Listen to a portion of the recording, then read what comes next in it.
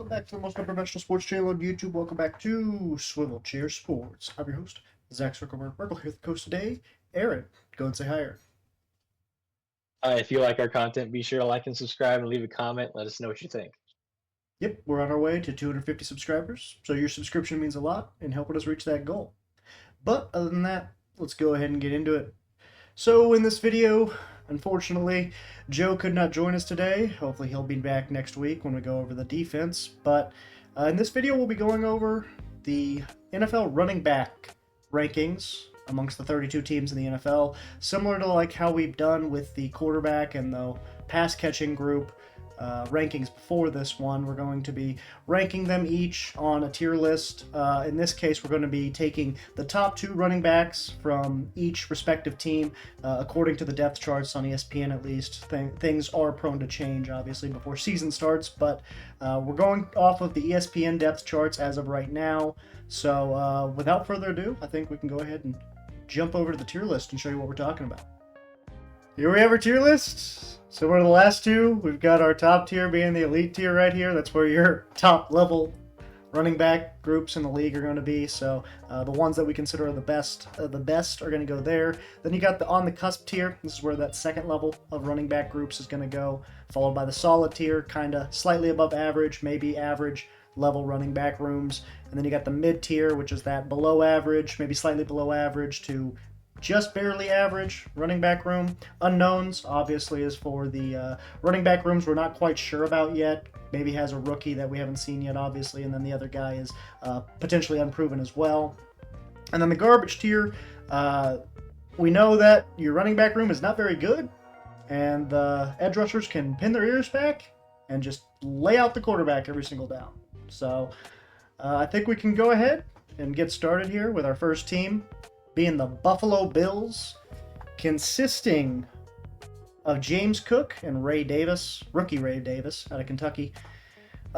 James Cook obviously came on strong last season for the Bills after they changed OCs to Joe Brady and went more to a balanced offensive attack. I expect similar to what we kind of saw out of the second half of the season from him this upcoming year. He'll probably get more touches than he's received throughout the entirety of his career. In any season, I expect him to get more carries this year than probably ever before. And then Ray Davis could also come in and, potentially spell him as well on maybe some third down opportunities, stuff like that. But all in all, I think this running back room is pretty solid. I don't think it's on the cusp quite yet, just because we haven't seen the full potential of James Cook quite yet. But he looked really good last season. I expect that to carry over to this year, and I also expect him to get a lot more opportunities as well. So I've got them at the solid tier. I would argue for on the cusp. I mean, James Cook put up 1,100 yards and was really only the feature, focal point of that offense for kind of the second half of that season. So that's just kind of a testament to the impact he had. And then Ray Davis, very solid running back out of Kentucky. I think he'll be a good change of pace there. He's kind of more of a stout bruiser kind of guy. So probably, more short down and goal line-ish back. So it'll be a nice compliment to James Cook. So I'd argue that they're probably on the cusp. I think I'm willing to do on the cusp because of James Cook coming on strong, specifically late in the season last year. Like I said, I expect that to carry over this next season. And then with the lack of proven talent in the wide receiver group for Buffalo this year, as opposed to previous seasons, bringing in rookie Keon Coleman, more of a second receiver in Curtis Samuel, and then hoping Khalil Shakir can take that next step, and Dalton Kincaid as well. But I expect them to run the ball a lot more than they usually do, kind of similar to what we saw in the second half of the season. So I'm okay going on the cusp with them. Next, we got the Miami Dolphins, consisting of Raheem Mostert and Devon Achane. Obviously, last season they were one of the most dynamic running back duos in the league. Were a big reason that the Dolphins were able to hang 70 points on the Denver Broncos early on in the year. Two of the fastest dudes coming out of the backfield across the league, and they're both on the same team, so that's obviously devastating for opponents. I mean, they're at least on the cusp for me. I would have them borderline elite just because of what they were able to prove last year, but I don't think, because of the injury concerns behind both of them, really, I don't think they quite cracked that elite tier for me. So I think I'm going to have them in on the cusp. But if they can prove to stay healthy and Devon Achane can continue to develop down there in Miami, I could see them being in the elite tier here really soon.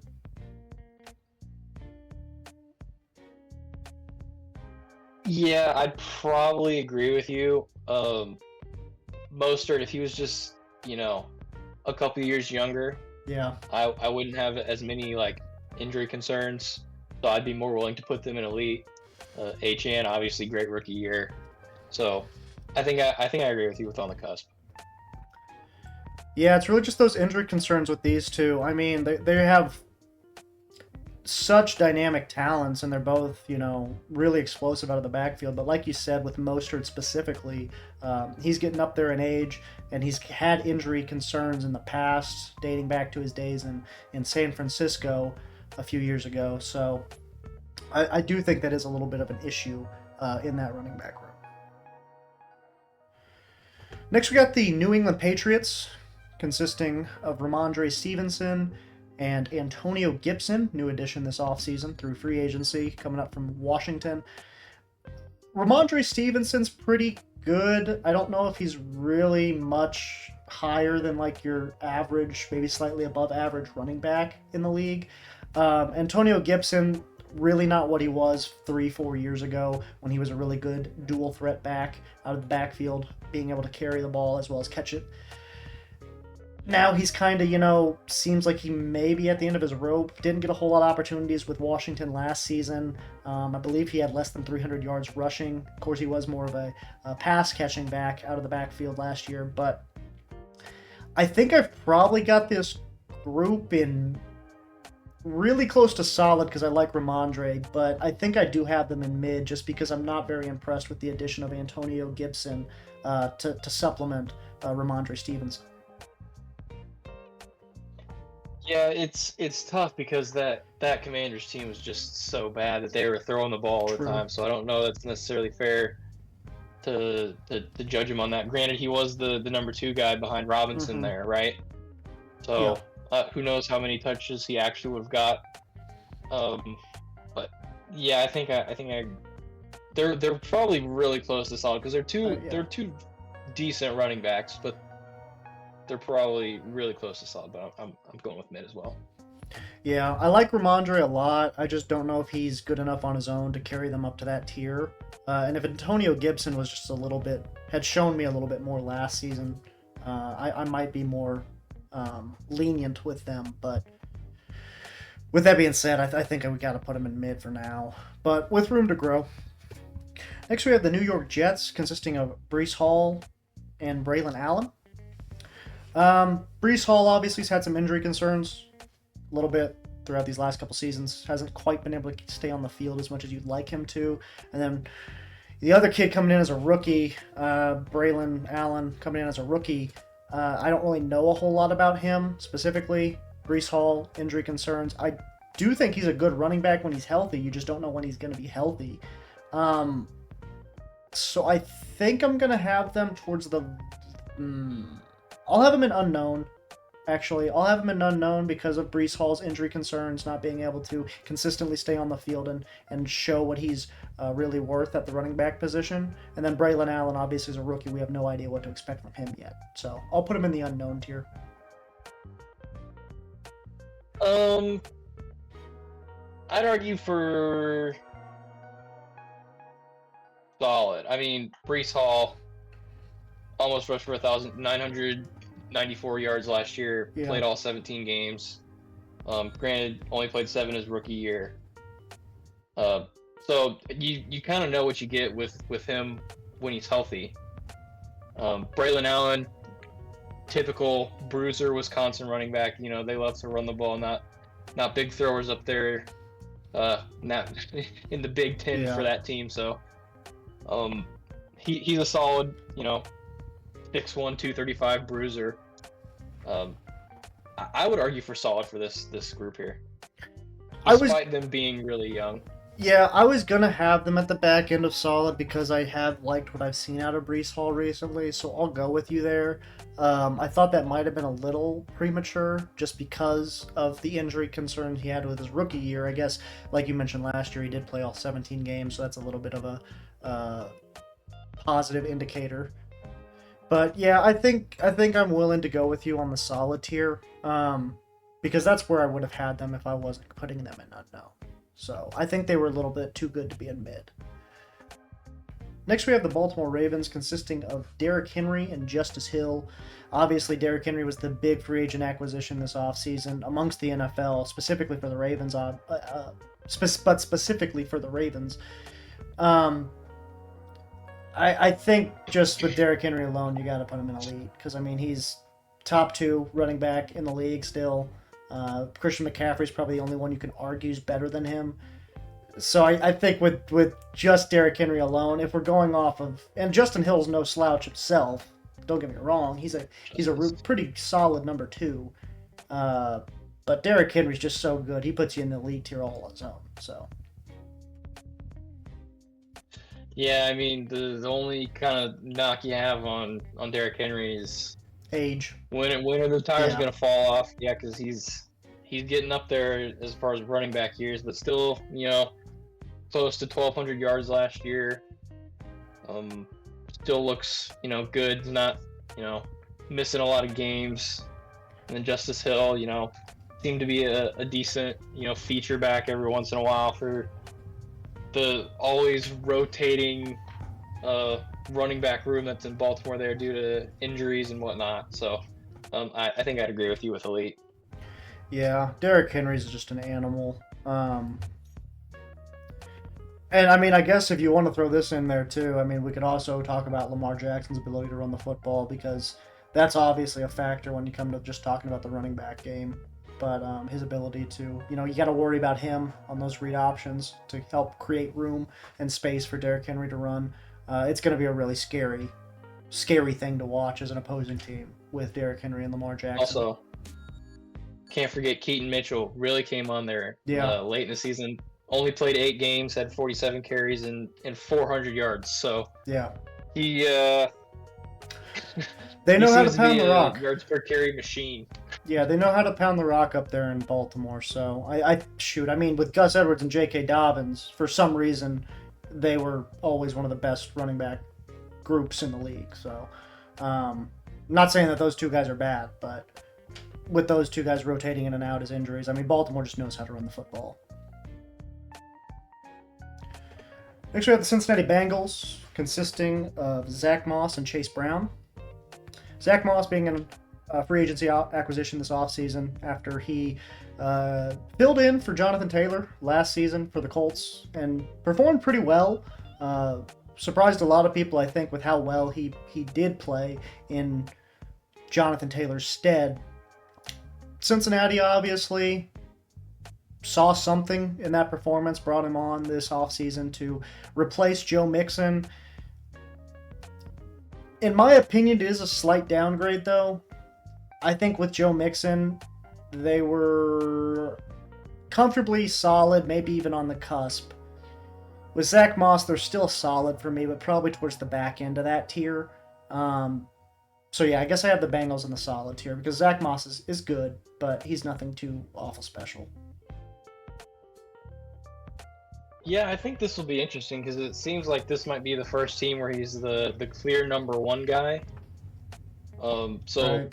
it'll be fun to see if he's going to turn into a perennial 1,000-yard rusher or if he's just going to be kind of more of the same, 700-yard guy that you mix in with another back.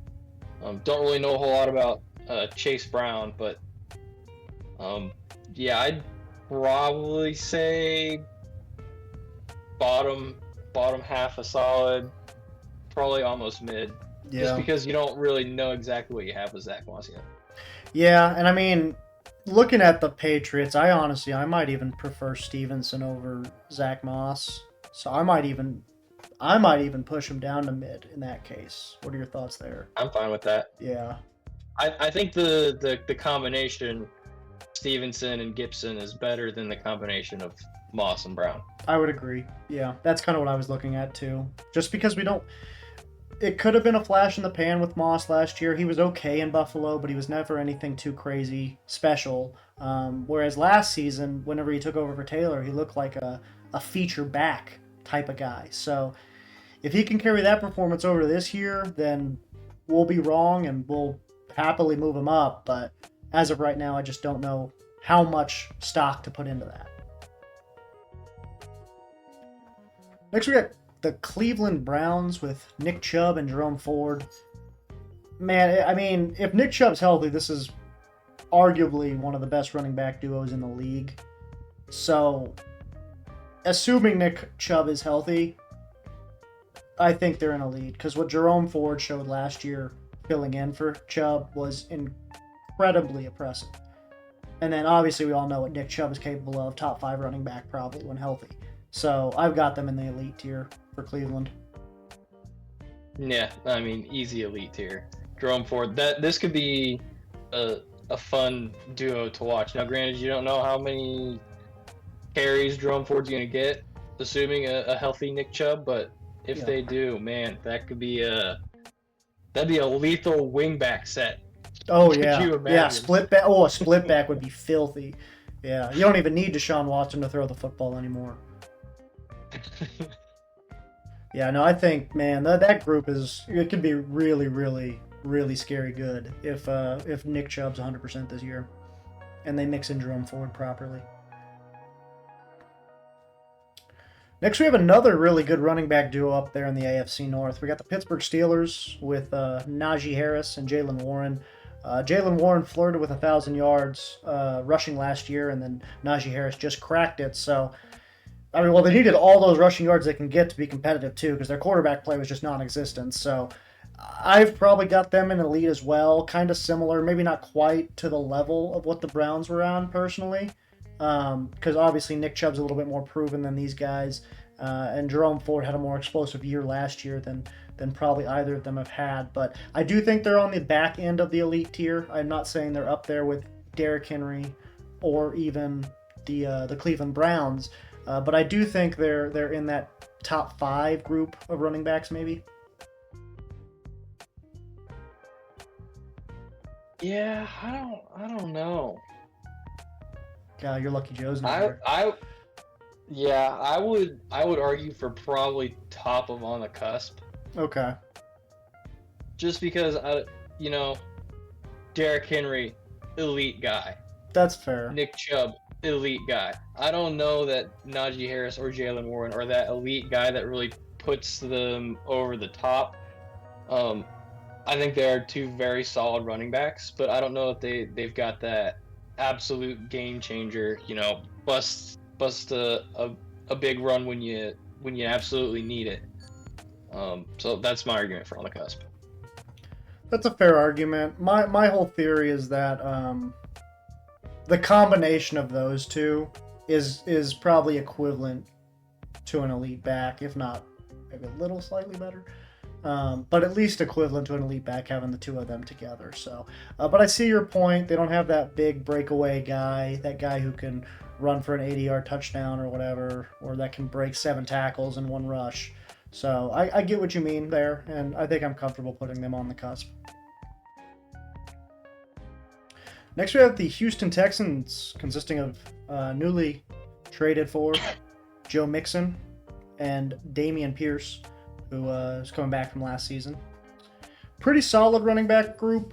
I don't think they're quite on the cusp as good as Joe Mixon is. I've always kind of thought his numbers were a little inflated. I mean, it's playing with C.J. Stroud after playing with Joe Burrow, so it's not like he's going to, have more pressure on him or anything like that. It's about the same, if not, maybe a little bit more. But in reality, it's basically the same situation down in Houston that he's coming from in Cincinnati. So I don't expect his play style to change really too awful much. Dameon Pierce is probably going to continue to be that second running back in this group. I don't know. He may have taken over for Devin Singletary last year. But yeah, I think I've probably got this group at the very, very top of solid. But I don't see them being quite on the level of the Dolphins or the Steelers. So I've got them in solid. Yeah, I'd agree. I mean, Mixon, solid running back. Damian Pierce seemed to kind of fall off last year. Granted, the Texans didn't really have a great run game last year. Yeah. One of the worst. But he was behind Devin Singletary. So I think the addition of Joe Mixon is a good get for them. But yeah, I still think they're just a solid running back room. Yeah, I do think they're better than the Jets. But I just don't know if I like James Cook a little bit more than I like Joe Mixon. And then yeah, the Dolphins and Steelers, I just don't see them being on the same level as those two teams. So those two running back rooms, I should say. Next, we have the Indianapolis Colts, consisting of Jonathan Taylor and Trey Sermon. Obviously, Trey Sermon hasn't really gotten a whole lot of opportunities with Indianapolis, whereas Jonathan Taylor's been the feature back for basically his entire career when he's on the field. So, I mean, Jonathan Taylor's really good. I don't know if he's quite on that elite tier at this point. It seems like he's kind of taken a step back since that crazy start to his career he had. He came onto the scene fine last year. It's just, I don't know, it just didn't feel the same as it did before the holdout. So I've got them on the cusp. I think Jonathan Taylor's great. I just don't know if he's quite good enough to carry them up to the elite tier. So yeah, I think on the cusp, Jonathan Taylor, he's right there in the conversation. It'll be interesting to see if he gets a full season this year, if he can go back to the way he was in those first few seasons. Yeah. And kind of return to that elite status that everybody considered him. And then with Trey Sermon, I don't know that he really gotten enough to see. I mean, his most carries in a season is 41. Right. So you don't really know what you have with him, and I, go out on a limb and say you probably really won't if things go to plan this season. You'd probably give the lion's share to Jonathan Taylor anyway. So yeah, I'd say on the cusp. Yeah, I'd be surprised if Sermon gets more than 50, 75 carries this year. I mean, assuming Jonathan Taylor plays 16, 17 games, obviously. But yeah, I think you're right. He could get right back up into that conversation for top 5 running back or whatever it was. I don't know, just last year didn't quite have the same feel as it had those first couple seasons. So that's the only reason I think I have him under the elite tier. Next, we have the Jacksonville Jaguars, consisting of Travis Etienne and Tank Bigsby. In my opinion, Travis Etienne is one of the most underrated running backs in the league. I think he is top 10. I think I'll go ahead out on a limb and say he's top 10 running back in the league for me. Probably like towards that 8-9 range, but still top 10. Back-to-back 1,000-yard seasons to start his career. I think he's good enough to definitely put him top into solid. I don't think he's quite good enough to put him on the cusp as much as I like him, though. Tank Bigsby, I don't know a whole lot about. I'm sure Etienne gets a large majority of the carries down there when he's healthy. So I'll have him at the top end of solid, but they're about as close to on the cusp for me as anybody. Yeah, I mean, Etienne, he's good at rushing and he's good at receiving. I mean, he had almost 500 receiving yards last year, so kind of a weapon out of the backfield as well. But doesn't get a lot of the shine that I think some of these other running backs get, purely because he's down there with Trevor Lawrence, who all the focus has been around since he's been there. So I think I'd agree with you for solid. I don't know if I have them as close to solid or as close to on the cusp as you do, just because Tank Bigsby really didn't do anything in his rookie season. So I'd probably put him in solid. Yeah. Yeah, I mean, that's just how high I am on Etienne, really. It has nothing to do with Tank Bigsby at all. I'm just that high on Etienne that I think he could be one of those top 2 tier level running backs, period. So I'm really high on him. Next, we have the Tennessee Titans, consisting of new addition Tony Pollard. as well as Tyjae Spears coming back for his second season after a okay rookie year. Well, pretty good considering how many carries he actually got and how much opportunities he got. I think Tyjae's the better of the two, but they do have Pollard listed as the number one running back. Not saying Pollard's bad. I just think he's more of a change of pace back, and we kind of saw that last year in his first opportunity to be a lead guy down in Dallas with Zeke leaving. Wasn't quite the same production we were used to. His yards per carry dropped pretty bad. I think like almost a yard or so. So I think I really like Tyjae Spears. Only has one season so far. So I've probably got him at the back end of solid because they're both pretty good dual threat running backs. Not really anything special. I think Spears could develop into something pretty nice, but I don't see Pollard as being more than a change of pace guy. Granted, one of the better ones in the league, but yeah, I've got him in the solid tier, right around the middle. I don't know how many 1,000-yard change of pace guys there are. I'd say he's had a pretty decent last two seasons, 1,000 yards each, 15 touchdowns between the two. I think a lot of people put a lot of expectations on him, and I think he, for the most part, lived up to it. I mean, it's Dallas, so the expectations are Super Bowl or bust, and you got to have 1,500 yards and 11 touchdowns. So he's not prime Zeke. He's a solid running back, and then Tyjae Spears, a very good outing considering he was behind Derrick Henry for his first year. So I think they're probably solid, with easy potential to be in on the cusp at the end of the season. Yeah, I mean, so my main concern with Pollard is he had basically the same amount of rushing yards last year as he had the year before, but with 60 more carries. So that's kind of what I was mean. I get maybe not change of pace back was probably the wrong word, but I think he's better used as kind of like a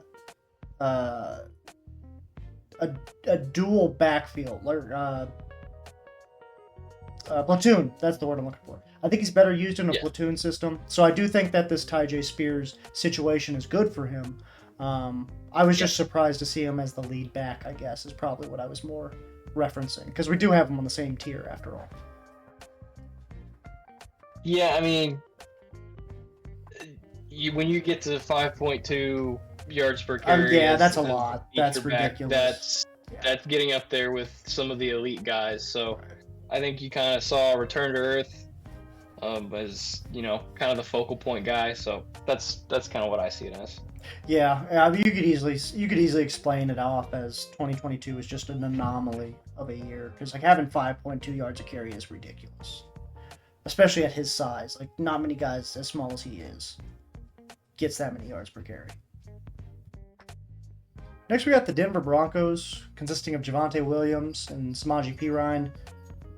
Javonte Williams, when healthy, is really good. I am a really big fan of his, despite him being in a Denver Bronco uniform. I really like his running style. I think it's really fun to watch. Dude's super aggressive. Reminds me kind of like Isaiah Pacheco to a degree. Loves to just run right over people if they're in his way. Samaje Perine kind of being more of that pass-catching, change of pace back. I don't think he's a very good one anymore. I think his days are kind of behind him at this point. I've probably got him in mid because Javonte Williams can't stay healthy. Samaje Perine's probably a little over the hill. I don't even think he's that old. It's just his production seems like it's kind of fallen off a cliff recently. So, yeah, I've got him in mid, but I do really like Javonte Williams, and if he can stay healthy, he's good enough to launch them into the solid tier by himself. Yeah, I agree. I mean, again, it's tough because that Denver offense was just kind of a cluster, especially the last 2 years. Yeah, mid. It's just mid.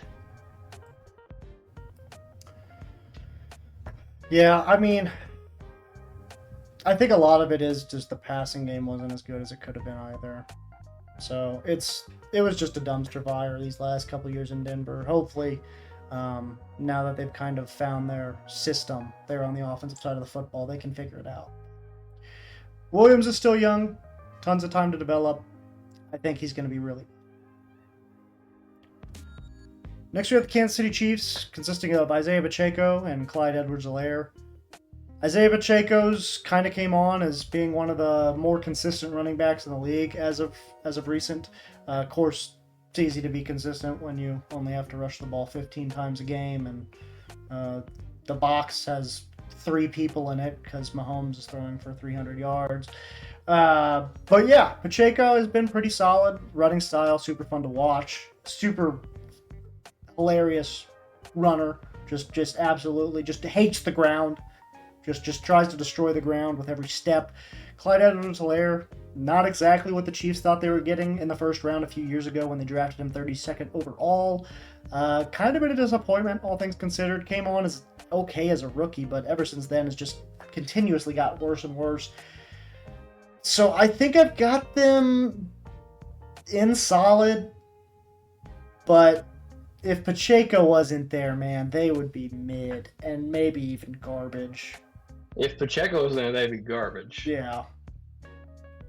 But I've got him in solid, barely. Yeah, Clyde, real disappointment in my eyes. I mean, he's good for, maybe one game a season and maybe a big play here or there, but other than that, he's nothing special. Well, Pacheco, definitely won't be in the goal line. Yeah, Pacheco, I'm not even super high on Pacheco. He's like the definition of effort running back. Everything is effort for him, which good for him, and it works. But he's not breaking anybody's ankles. He's not outrunning a lot of people. He's just a solid run through contact effort running back. So yep. I agree with you, solid. Yeah, and probably not. I don't even know if I'd have him. I'd rather have Joe Mixon than Isaiah Pacheco, I think. He's just a little bit more dynamic. As much as I love Pacheco, if I'm like starting a franchise and I need a running back and it's between Joe Mixon and Isaiah Pacheco, I'm probably taking Joe Mixon just because he can do a little bit more for you. Same with Etienne. So, yeah, I don't even know if I have them at the top end of solid right now. They're probably right in the middle for me. Yeah. Next, we have the Las Vegas Raiders, consisting of Zamir White and new addition Alexander Mattison, who surprisingly is not listed as the number 1 running back on this team, but should be soon, I'd imagine. I mean, Zamir White, I don't really as much surprise. Like, considering he was in our division, you'd think I'd know more about him. For whatever reason, I've never heard the guy's name before. That's probably more on me. Don't get it twisted. But yeah, I mean, he seemed like he had a decent little stint last year, about 4.5 yards a carry, I think, something like that. Alexander Mattison, 700 yards. I don't even think he scored a touchdown. And he had less than 4 yards a carry. I've probably got him in mid. Alexander Madison's cool, but as you could kind of see last year, his yards per carry are kind of down. He's not quite the same running back we saw a few years ago in Minnesota. And then, yeah, this is my own ignorance, not knowing anything about Zamir White. I'll be the first to admit that. So I'll put him in mid, probably more so out of ignorance than anything.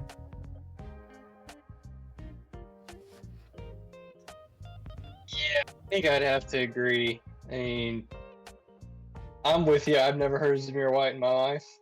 It's probably because every time the Chiefs play the Raiders, it's been Josh Jacobs going for 250 yards. So glad he's gone. But Madison, yeah, just never quite got over the hump there in Minnesota. I think they're just 2 alright running backs.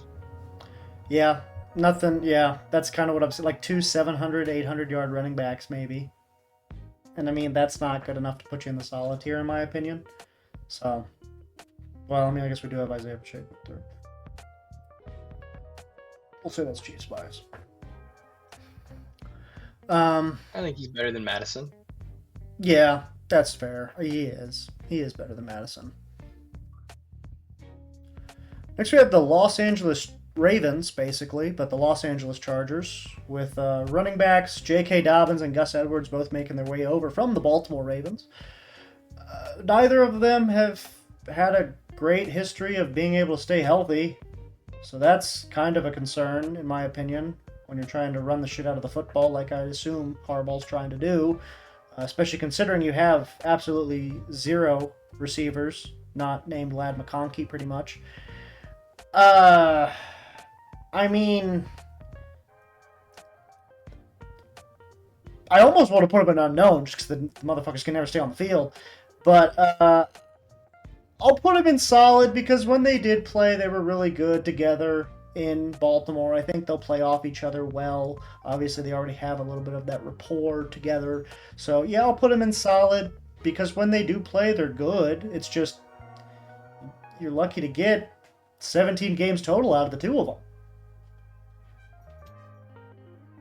I'm going to go out on a limb and say that this injury history is a Ravens curse / whatever training room thing that they've got going on there, and say that this is all a Ravens thing, and have some faith that they'll have, a full healthy season this year. And I'll probably go with solid two guys, highly touted kind of out of college, more so J.K. Dobbins out of Ohio State. Had a promising first year, and then just has kind of fallen off these last 2 years, unfortunately, because of injury. But yeah, two guys who have, high potential that just, for one reason or another, haven't quite put it all together. Yeah, I poor J.K. Dobbins, man. Poor J.K. Dobbins, man. I really hope he gets like an actual chance to play in LA, because that dude. Yeah, I don't know if it's the crab up in Maryland or what it is. Something in the water. Yeah, something in the water up there in Maryland, because, dude, jeez. But I'm rooting for him and Gus Edwards, I guess. But mainly J.K. Dobbins, because that's such a sad story so far. Next, we got the Dallas Cowboys, consisting of returning running back Ezekiel Elliott, who I know all Cowboys fans are stoked to see back, and Rico Dowdle, who They went all in. Yeah, they went all in to get Zeke, to bring him back, when no one else wanted him. But I've got him. Oof, man, is this our first garbage? This might be our first. This might be our first garbage, bro. I mean, at this point in his career, I ain't gonna lie. I think I prefer Madison, Moss, Stevenson. Well, I mean, even the Patriots prefer Stevenson, and Javonte Williams over Zeke Elliott at this point in his career. Rico Dowdle, I think the only reason he even got opportunities last season was because Tony Pollard was the only running back really in the room, over 5'6". Hello, Deuce Vaughn. Yeah, I've got him in garbage, I think, man. I don't think there's any way I can convince myself to put him even in mid. I'd argue mid just because it's Zeke. But 3.5 yards a carry last season and 3.8 the season before. That's a real kick in the nuts. Oh, look at a three YDC. I'll argue mid just because he's going back to play with Dak, and they'll find a way to use him, I suppose. With no offensive line, though, they lost like 3 offensive linemen. But it's a much better receiving core, so it True, won't be all on him. True. So I am crossing my fingers and getting rid of my anti-Dallas bias, and I'm voting mid, but I won't be upset when you put them in garbage. Yeah. I'm sorry, I just can't justify putting them in mid. 3.5 yards a carry, bro, as your number one running back is not okay. And Yeah, I just don't see this going well for Dallas this year. We kind of talked about it a few videos already so far this offseason. They just look like a sinking ship, and I don't know if there's any way out of it for them. They're going to be competitive because they've got more talent than a lot of other teams do, but I don't see them having any sort of Super Bowl aspirations anytime soon. Sorry, Dallas. Next, we got the New York Giants, consisting of Devin Singletary, new addition this offseason, as well as Eric Gray. Do we have back-to-back garbage? We might have back-to-back garbage. Because Devin Singletary's really not anything anymore. He's about as useful as Zeke Elliott is. To be honest with you, he's about as good as Zeke Elliott. And Eric Gray, I mean, similar to Rico Dowdle, I don't know much about Eric Gray, really. They've both been playing behind, more featured backs these past couple of years. Eric Gray with Saquon Barkley, obviously. So I'll put him in mid just to piss Dallas fans off, I guess. But in all honesty, they might be garbage. I'd have a stronger argument for mid for Devin Singletary than I do Zeke Elliott. Purely because he's averaging like 850 yards a season the last 3 seasons. Yeah, that's fair. So he seems to be, at least steady for these last few seasons. I'll give this to Devin Singletary. He has a knack for finding running back rooms with no other option. He's the Ryan Fitzpatrick of running backs. Yeah, he can snip out a running back room with no money in it for miles, man. Oh man, I don't know how he keeps getting deployed. Like as a starter, he should get employed, but I think he's more of a backup at this point. But yeah, so my vote's mid. Yeah, I don't see anything wrong with Devin Singletary. I just don't think he should be your number 1 running back. That's all. Number 2, perfectly fine, even if you want to platoon it. But these last 2 years, it seems like he's more of a feature back, and I don't think that's what Devin Singletary should be in 2024. Next, we got the Philadelphia Eagles, consisting of new addition Saquon Barkley and Kenneth Gainwell. I'll probably put him in elite, because Gainwell was already... I kind of liked Gainwell already. Obviously, you bring in a running back like Saquon Barkley as well.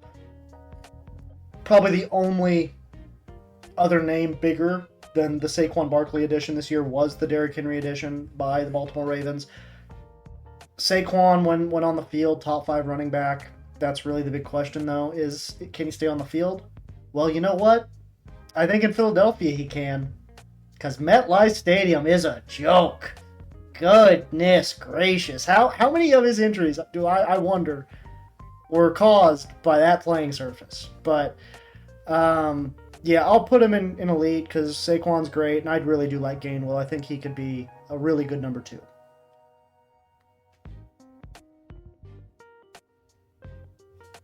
This one's tough for me. I think I do have to say elite, just because... I mean, his numbers don't necessarily show it, how good he is, but that Giants team was bad while he was there. Yeah. So, being really the only bright spot on that offense, I think really kind of shows just how good he is. Gainwell, he's showing to be a solid number 2. I don't know that he's got it in him to be much more, but he's been decent so far, so I'd agree the combination of them is elite.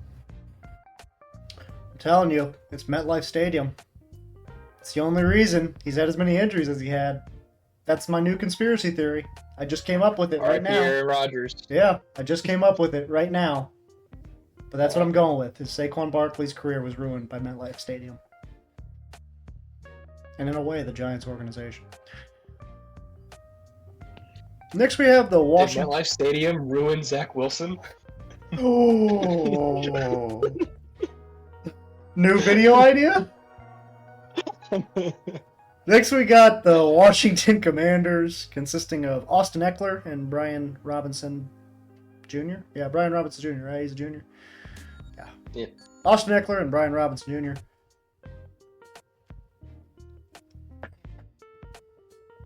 This one's a little tough for me.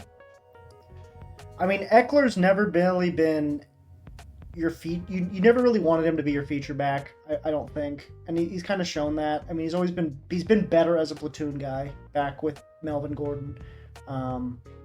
Ever since he took over the lead role in LA, he was fine, but he wasn't, a game changer really by any means. So I think now that he's in Washington with Brian Robinson Jr., a somewhat proven young guy who I think can pretty much share the load with him fairly equally. Maybe Eckler takes a few more carries with his contract being as big as it is, but I've got him in solid. I think right somewhere in the middle, probably. Because, I think that the combination of those two warrants being right around the 16-15 spot in the league. Yeah, I'd argue solid. Eckler's probably on the back half of his career. Yeah. Again, kind of like Zeke, 3.5 yards per carry last season with the Chargers. So not exactly what you're looking for out of your lead back, but like you said, probably better in the platoon system. Brian Robinson Jr. I think he's shown some promise. Again, tough to tell with a Washington team that's always down and losing. Tough to run the ball when you're down 21 points. So I'm gonna be a little optimistic here and be solid as well. Yeah, I mean, it is definitely me being on the optimistic side. I think Eckler's yards per carry is going to go up, going back to more of a platoon style system. I think we could even see Brian Robinson's yards per carry go up as well, as he gets to take a little bit less of a workload, with Antonio Gibson kind of being a non-factor last season. So next we have the Chicago Bears with new addition DeAndre Swift as well as Roschon Johnson. DeAndre Swift cracked 1,000 yards barely last year for the Philadelphia Eagles. After having a pretty decent season with the Detroit Lions before that, now he finds himself on his third team in 3 seasons, I believe. I don't think he's bad by any means. I think he's above league average, maybe slightly, hovering around that 12 spot maybe in the league. Roschon Johnson, I don't really know a whole lot about, but I think DeAndre Swift is pretty solid. I would probably think as a combination, I don't know if this group is better than Washington, actually. I'll put him at the very top of mid, because I don't know a whole lot about Roschon Johnson. Well, go ahead and talk, and I'll look up his stats, because I'm curious now. Roschon Johnson, 15 games played, 81 carries, 252 yards. Okay. 4.3 yards per carry, 2 touchdowns. So not a terrible start to his career last year, being his rookie season. But yeah. DeAndre Swift, wasn't quite what Detroit wanted. Went to Philly, 1,000 yards for some reason. I don't know why. I mean, I guess they did go out and get Saquon. I think a lot of the fans before they got Saquon, they didn't like Swift. Were like, yeah, for some reason they didn't like him. I think those are 1,000 yards, 5 touchdowns. That's. He started the season off pretty slow, if I remember, so that could have gotten on Philly fans' bad side. I think he's a great pickup and acquisition for Chicago. I think solid. I think Swift. Yeah, my vote's solid, just because I think last year was more kind of what you're looking for and expecting from Swift. He was just kind of there in Detroit. Had some injury problems. Was working out, splitting carries with some other guys. And I think last year he showed if he's a feature guy and can play the entire season, that he's really good. Yeah, I was struggling with that. I wanted to put him on solid because I do like Swift. I just don't know if his overall, you know, uh, sample size had him worthy of being a solid tier running back because he's really only had the one really good season. But I'm willing to let my bias push him up a little bit here. Next, we got the Detroit Lions, consisting of Jahmyr Gibbs and David Montgomery. Another one of the most dynamic running back duos in the league last year. Everyone kind of was scratching their heads when the Lions drafted Gibbs after just signing David Montgomery. Some people didn't really understand the move. Some people were kind of like, really? You took Gibbs in the first round after you just got Montgomery? That doesn't really make sense. But Detroit knew what they were doing. Seemed like a really good situation. And they came out and showed the world that they were capable of helping lead the Lions to an NFC Championship game.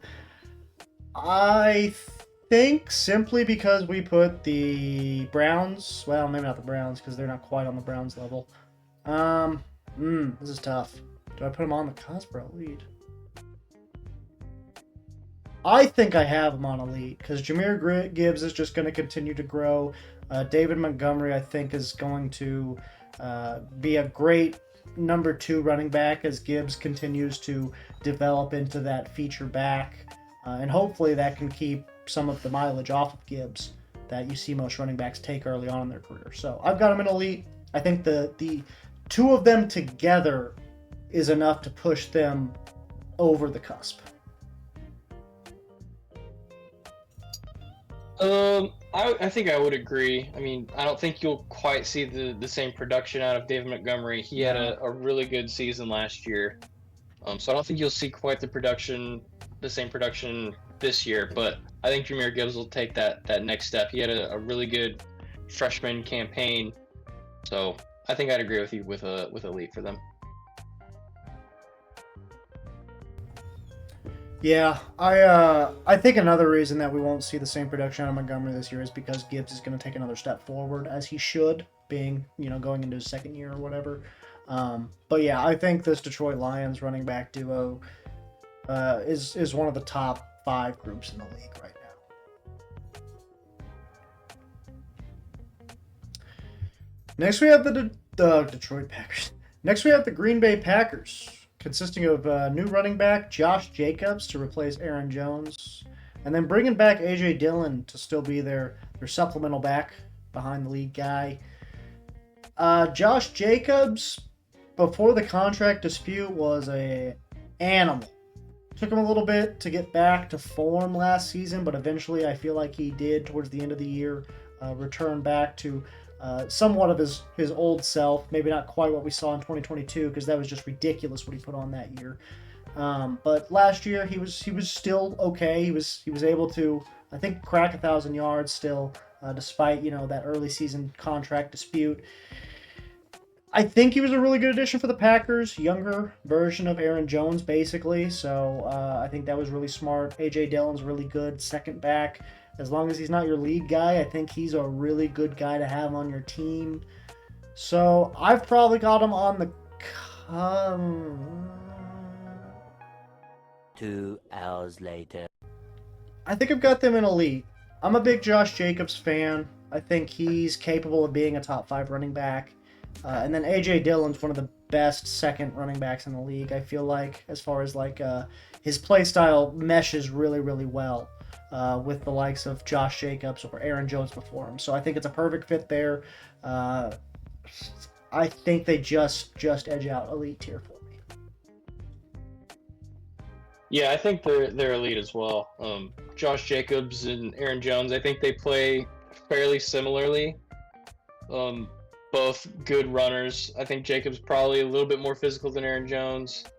But they're both, good out of the backfield as well. A.J. Dillon, good physical, hard runner. Yeah, I think Josh Jacobs and Aaron Jones are fairly similar runners.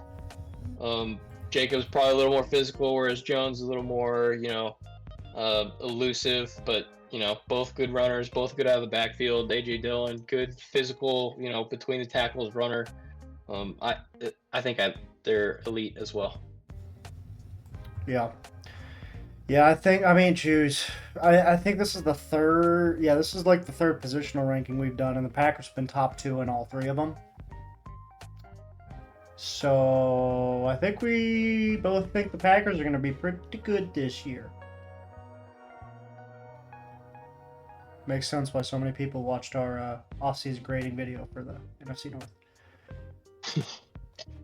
Next, we got the Minnesota Vikings, consisting of Aaron Jones, new addition coming over from the Green Bay Packers, the hated rival Green Bay Packers, as well as Ty Chandler. Aaron Jones is capable of being a really good running back still, obviously, but he is kind of getting up there in age, which is my one concern with him. Although he is still capable of doing incredible things. Ty Chandler, I think he's a solid number 2, but definitely not capable of taking over as the lead back, at least not right now. I think I've got them on the cusp. The only reason I think I've got them below the Packers is Jacobs I like a little bit more than Jones at this point, just age mainly. And then kind of same with Dillon over Chandler. I think I trust Dillon a little bit more. So I'll have the Vikings slightly under the Packers in the second tier at on the cusp. Yeah, I'd agree with you. I think the same argument we made for Matt Stafford is going to apply to Aaron Jones here. They're still both really good, but kind of the back half of their career, not sure how much they have left in the tank. Especially at the running back position where he takes so much punishment. I think you kind of saw last year the Aaron Jones, kind of got injured early and then came back and had a rejuvenated second half of the season, which I don't know that you'll necessarily see if he plays a full season. So I'd agree with on the cusp. Yeah, I think you could kind of see these last couple years, those that mileage starting to wear on Aaron Jones. Hopefully he's able to put in a couple good years in Minnesota, make that contract worth it. But yeah, I think he's definitely coming towards the end of his run here within the next few seasons. Next, we got the Atlanta Falcons, consisting of Bijan Robinson and Tyler Algier. Both pretty solid seasons last year. Obviously drafted Bijan Robinson, knowing they already had Algier in the backfield as a pretty good running back, but probably not your great feature back that you'd like to have. For some reason, they kind of preferred to run Algier at times last year, which was really puzzling as a Bijan Robinson fantasy owner. That was frustrating. But I think Bijan Robinson has incredible potential. However, we haven't quite got to see the full extent of that yet. Mainly due to coaching, in my opinion. Algier's really, really good number 2. One of the better ones in the league, probably. I'll have him in solid, but man, they could move up to on the cusp real quick just because Bijan Robinson's that good. I just don't know. Last year pissed me off because we didn't get to see as much of him as we should have. I was really angry. I'd argue for on the cusp. You don't need to see the, or think about the what could have been. You just needed to see what Bijan did when he had his opportunities, and it was very good. So they've only made steps to kind of improve that team. I don't think there'll be as much pressure on him to do as much. Better quarterback. So I think he'll definitely take that step forward this year. New head coach. So True. I think it's only uphill, or Well, it's only going to improve from here for Bijan Robinson. I think Tyler Algier proved he could probably be a feature back somewhere else. He's a solid running back, so I'd argue for on the cusp and could easily be elite depending on how they're used. I'm perfectly okay with that. I was trying to be conservative with it just because Bijan didn't have the year we were all expecting out of him last year. Obviously, that was more so out of play calling, probably, because did not know what they were doing down there. Just did not know what they were doing out there. Feel bad for Drake London owners. Feel bad for Kyle Pitts owners. Feel bad for other Bijan Robinson owners. Just bad all around because that offensive scheme last year was just a absolute disaster. And hopefully with a new head coach and a new system there, they can turn it around and Bijan can get the proper opportunities that his talent deserves. So. Next, we got the Carolina Panthers, consisting of Chuba Hubbard and Jonathan Brooks. Chuba Hubbard, I think this is the definition of unknown, man, because Chuba Hubbard didn't really get the... he may have gotten the full extent of the opportunities last year, but it was Carolina. They had no offensive line. He might as well have been running behind an invisible, wall right there. There, not even a wall, an invisible door, I guess. Just a giant garage door that was lifted all the way open for defenders just to come through at will and destroy everybody. Jonathan Brooks, obviously being a rookie, I do think he has a really high ceiling, especially. I think him and Chuba Hubbard could be a pretty decent platoon duo, but I just don't know what to expect out of them quite yet. So I'm going to put them in the unknown category.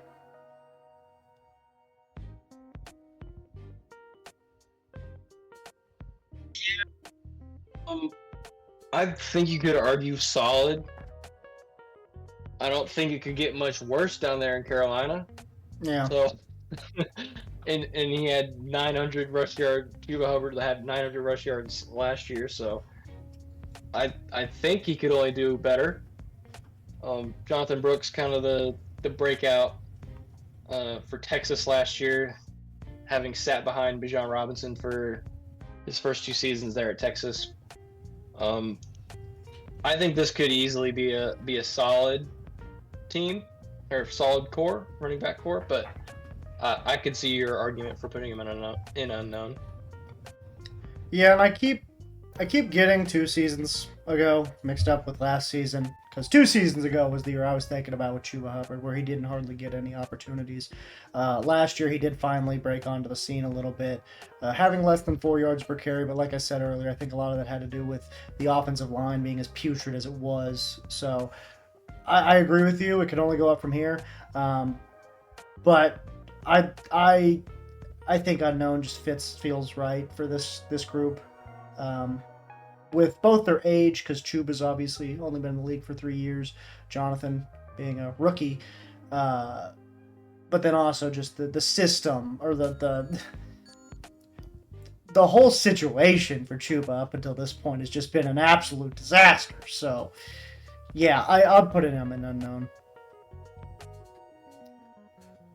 Next, we have the New Orleans Saints, consisting of Alvin Kamara and Swag Kage Jamal Williams. Alvin Kamara can be one of the most dynamic running backs in the league when he's on the field and not hurt or suspended for beating people up in a Las Vegas bar. Allegedly beating someone up in a Las Vegas bar.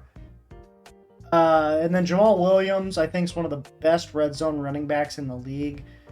So to have the combination of those two, sometimes I believe even putting them both on the field at the same time, giving you that opportunity to either swing it out to Kamara or hand it off to Jamal, or even vice versa, because Jamal's got some decent hands himself.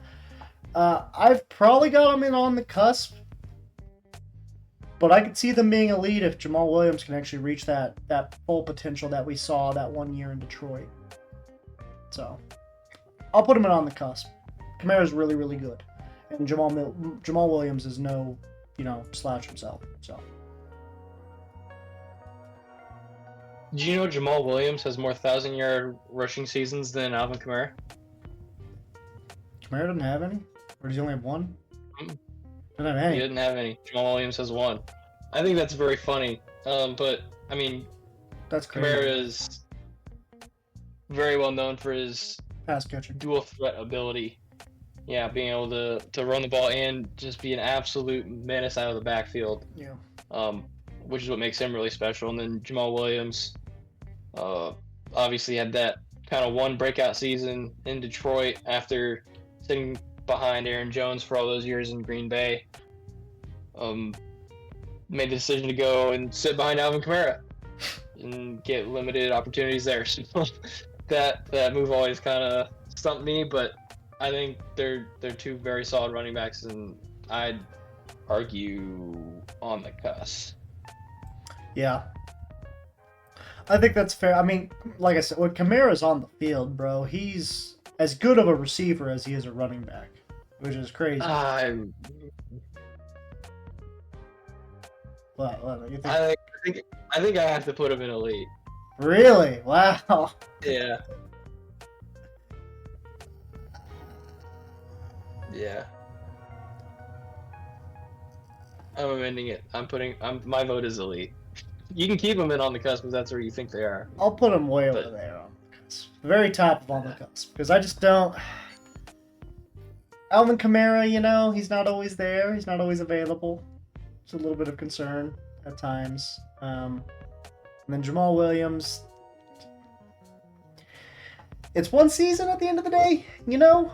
Like, the rest of it's been pretty consistently slightly above average. So that's my one concern with the group being elite, is I just don't know if they're quite on that level. But I see your argument. I think Kamara's really, really good. I just think 3 years ago, I would have been with you, because Kamara alone's probably in the elite tier 3 years ago.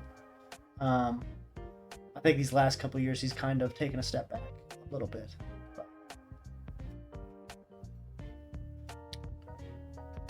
I could be totally wrong on that too. No, I mean, I think it's like his first 4 seasons were really good, where he was averaging 850 yards rushing and 700 receiving yards. Yeah, so so as a pass catcher, these last 3 seasons have been a little bit down. That's what it is. As a rusher, he's been fine, but as a pass catcher, that's probably partially due to offensive changes and quarterback changes. Yeah, I was about to say, a little man named Drew Brees isn't there anymore, so that's kind of a big factor. Sean Payton, too. Sean Payton as well, yeah. Next, we got the Tampa Bay Buccaneers, consisting of Rachaad White and rookie running back out of Oregon, Bucky Irving. I thought White was pretty good last year. Probably in the solid tier for the Bucs last season. Bucky Irving, you don't really know what you're going to get out of him, but I do think he's got high ceiling. If I had him in solid last year, I think with the addition of Bucky Irving, I got to keep him in solid right now. So I'll put the Bucs in the solid tier. I think Rachaad White's a little bit more reliable than the likes of a Zach Moss or a Zamir White, Alexander Madison even. Devin Singletary. I think Rachaad White's a little bit more reliable than those guys. Not by much, but maybe slightly. And then I do think Bucky Irving is kind of that little bit of an edge that I think pushes them outside the mid-tier into the solid category for me.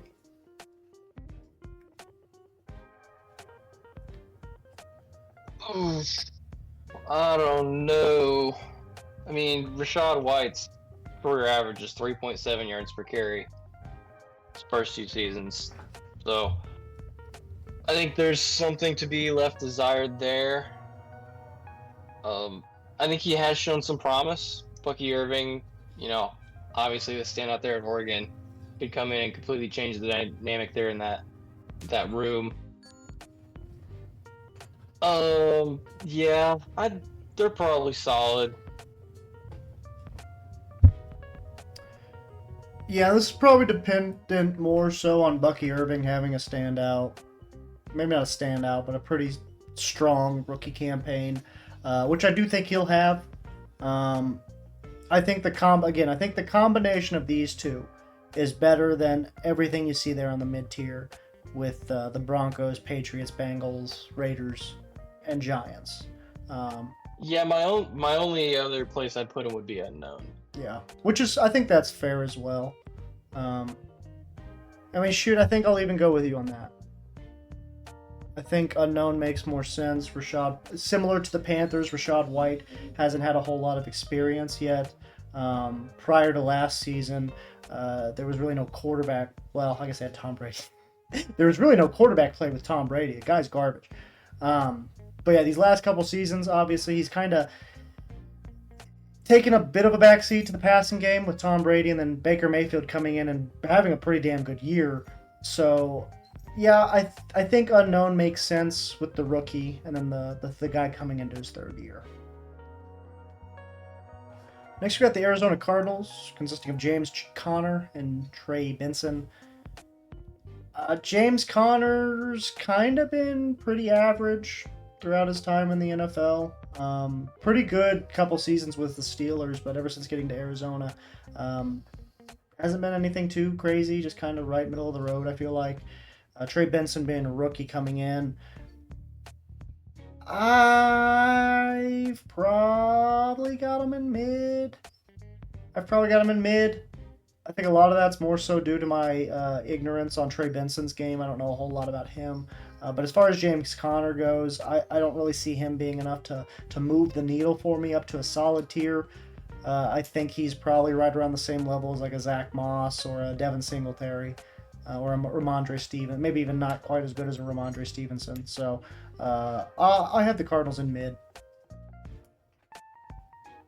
Yeah, I mean, Trey Benson, he was good, average like 950 yards his last 2 seasons there at Florida State. So nothing super crazy there. James Conner, kind of like you said, for the most part, just kind of average. Last season was his first 1,000-yard rushing season. Yeah, I just don't know that they're quite solid. They're probably top of mid. Yeah. Probably pretty close. I'd have to see how Trey Benson, makes the leap. Not sure how dependent that Florida State offense was on him, but I'd probably say mid. Yeah, and I didn't quite realize that I didn't realize till now that James Conner had 1,000 yards last year. I knew he'd been right around that 750 mark the previous few seasons with Arizona. So possible that with Kyler Murray being out, his numbers were inflated a little bit, but he did have 5 yards per carry from the looks of it. So that's pretty impressive. So maybe only 13 games too. Yeah, that's even more impressive than wow. So maybe I'm sleeping on James Conner a little bit. Maybe he comes in this next year and really puts on for the Cardinals. But for right now, I'm comfortable putting him in the mid tier. Next, we got the Rams, which is an interesting one for me because I really like Kyren Williams. Had an incredible season last year, I feel like, with the Rams. And then they drafted Blake Corum, who I was kind of surprised went to a team with what appears to be an established running back with Kyren Williams. However, I feel like the Rams at this point must be gun-shy over the whole Todd Gurley situation, because first they bring in Kyren Williams for Cam Akers, and now they're bringing in Blake Corum for Kyren Williams. I think they just don't want another Todd Gurley situation on their hands from the looks of it, so all credit to them. I guess that makes sense.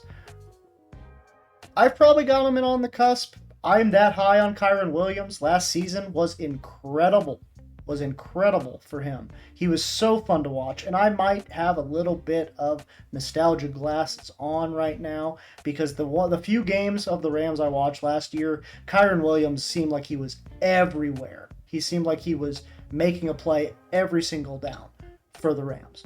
I'm also a real big fan of Blake Corum.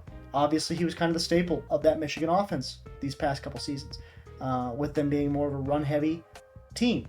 So I think him coming in, not having to take all the carries right off the jump, getting to kind of, learn a little bit, mature as a second running back on the roster, I think is going to be good for him. I think the two of them together are good enough to put them on the cusp.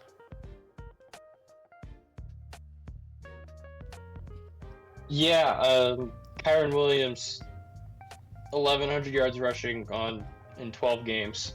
That's pretty impressive. So, I think he's got a bright future ahead of him if he keeps that trend, especially. And then Blake Corum, obviously the workhorse there at Michigan.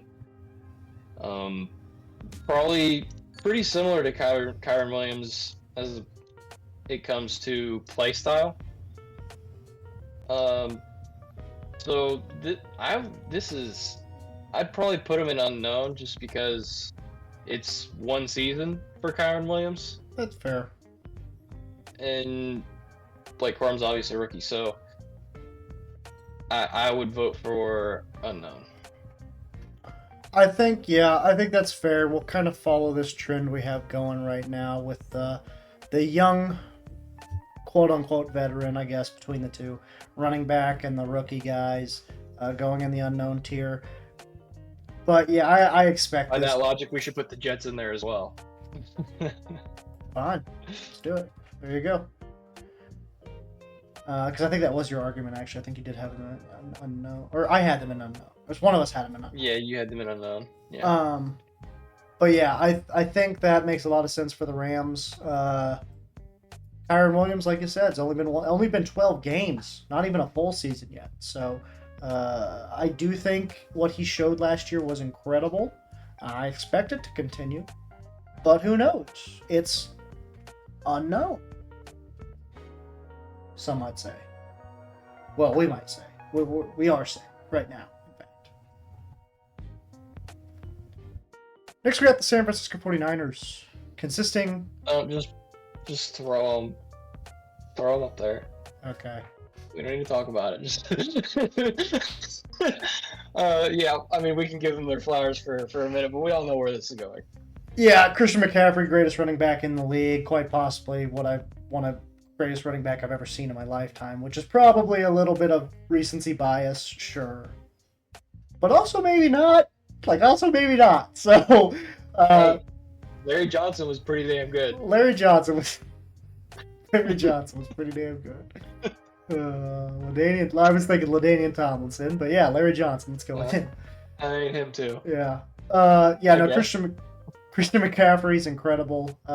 Best running back in the league, in my opinion, far and away. I don't think Derrick Henry's even close right now with what Christian McCaffrey's able to do with that 49ers offense. He found a perfect fit for him in Kyle Shanahan. Just knows how to utilize him perfectly. And then they got Elijah Mitchell, who's cool. But if we're being honest, it's about Christian McCaffrey. It's about CMC. That's the only one that matters here. So, but do you have anything to say about the reigning NFC champs?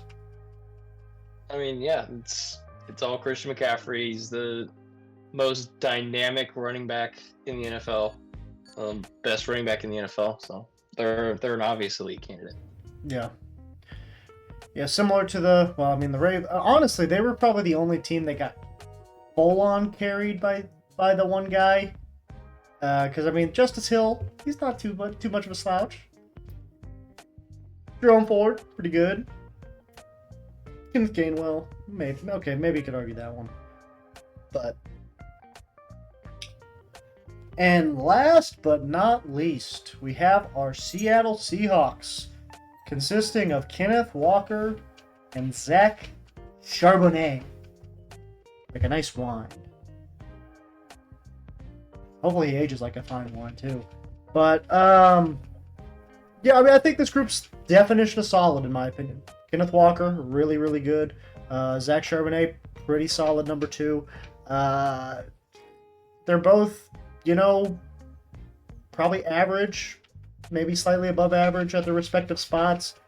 Kenneth Walker being, that lead back, Zach Charbonnet being the kind of more definitive number 2 in this system, I feel like. So I've got them in solid, probably comfortably right around the middle. I think they're kind of the definition of average, if we're being honest. Yeah, I vote solid as well. Kenneth Walker, hopefully he can get a full 17 games in this season, get up around that maybe 1,200 yard rushing mark. So I think if you have him as the guy to lean on for that Seattle offense and not have to put so much pressure on Geno Smith, I think that receiving core and that offense will light it up. So I think this could be a fun season if he stays healthy and keeps playing the way he's been playing. Yeah, I think they complement each other really well as well. like I said, just kind of the definition of solid with this group. So Cowboys fans are gonna be pissed. oh, they're gonna be mad. I didn't realize they were the only garbage team we put on. That's funny, actually. Oh, they're gonna be heated. But here we have our tier list, our final tier list. Up here at the elite, we've got the Niners, Ravens, Browns, Eagles, Lions, and Packers. Most of these, I think, are self-explanatory. You could maybe argue with us these last two, but I think those top four are kind of definitive elite level running back rooms. On the cusp, we got the Saints, Bills, Dolphins, Steelers, Colts, Vikings, and Falcons. A lot of these groups, I think, has the potential to move up to that elite tier. Specifically, groups like the Falcons, Dolphins, maybe even the Steelers and the Saints, I think could all easily move up to the elite tier this year. And the Colts, I guess, too, with Jonathan Taylor. But yeah, I think those groups kind of right in that second tier right now is what we're kind of thinking. And then we got the solid tier, consisting of the Jaguars, Texans, Titans, Seahawks, Chiefs, Chargers, Commanders, and Bears. These are kind of your maybe slightly above average, but mostly average running back rooms. Maybe they have one really good feature back or one pretty solid feature back, and then a second running back who's not bad when he steps in, or maybe they have a great feature back and a running back that steps in or doesn't ever step in, like the Chiefs here with Isaiah Pacheco and Clyde Edwards-Helaire, where CEH is basically non-existent. Next we got the mid-tier, consisting of the Cardinals, Broncos, Patriots, Bengals, Raiders, and Giants. Most of these groups kind of have what we see as like a league average running back as their number one option, and then maybe one of the lower level number twos in the league, or in the case of the Cardinals here, a rookie, but their veteran running back was like in his 10th season or something, so we couldn't put them in unknown. And then we got the unknown tier, where most of our rookie running backs are located with their respective partners. We got the Carolina Panthers, Tampa Bay Buccaneers, New York Jets, and Los Angeles Rams. Again, all these groups have one rookie as well as one really young running back who's maybe in his second, third, possibly fourth season, but is still on their rookie deals. And then we have the garbage tier.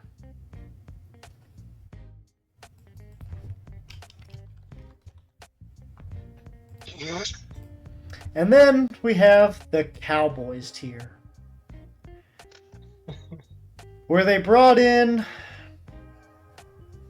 to be their feature back, old friend Ezekiel Elliott, coming off putrid 3.5 yards per carry season last year, following up a also pretty bad 3.8 yards per carry the years before. Seems to be at the end of his rope as far as capable running backs go. And then Rico Dowdle, pretty much an unknown for the most part. So that's why we had them at the very bottom. But Aaron, is there anything here you feel like we should change around? Other than, after I already renamed that tier. I mean, just to take some heat off myself, I did say Cowboys mid. But I'm not mad about it. I'm not gonna lie, I think a lot of Cowboys fans would even agree with this, to be honest. I think a lot of them were really, really upset when their big splash move was bringing back Zeke. So, hey, this is their year. It is. Hey, I'm rooting for you, Dallas, kind of. By no means is this supposed to be shade thrown at Dallas. I just do not have any faith in Ezekiel Elliott. That's purely all it is. I just have zero faith in him being an above average running back in the league anymore. At least as a feature guy. So. But yeah, other than that, unless you got anything else, I think that'll do it for this episode of Most Unprofessional Sports Channel on YouTube, Swivel Chair Sports. I've been your host, Zach Circleberg Merkel, here at the coast today. Aaron, go and say bye, Aaron. Bye. Alright, please make sure to like and subscribe if you made it this far. Help us meet our 250 subscription goal. really sorry, Cowboys fans. I swear it's nothing personal. I really do. I just do not have faith in Ezekiel Elliott. And to my own ignorance, don't know much about Rico Dowdle. So that's on me. Hope you guys don't unsubscribe or hate, comment us too much. But feel free to make your opinions known down below. Other than that, it's been Swivel Chair Sports. Deuce. Have a good day.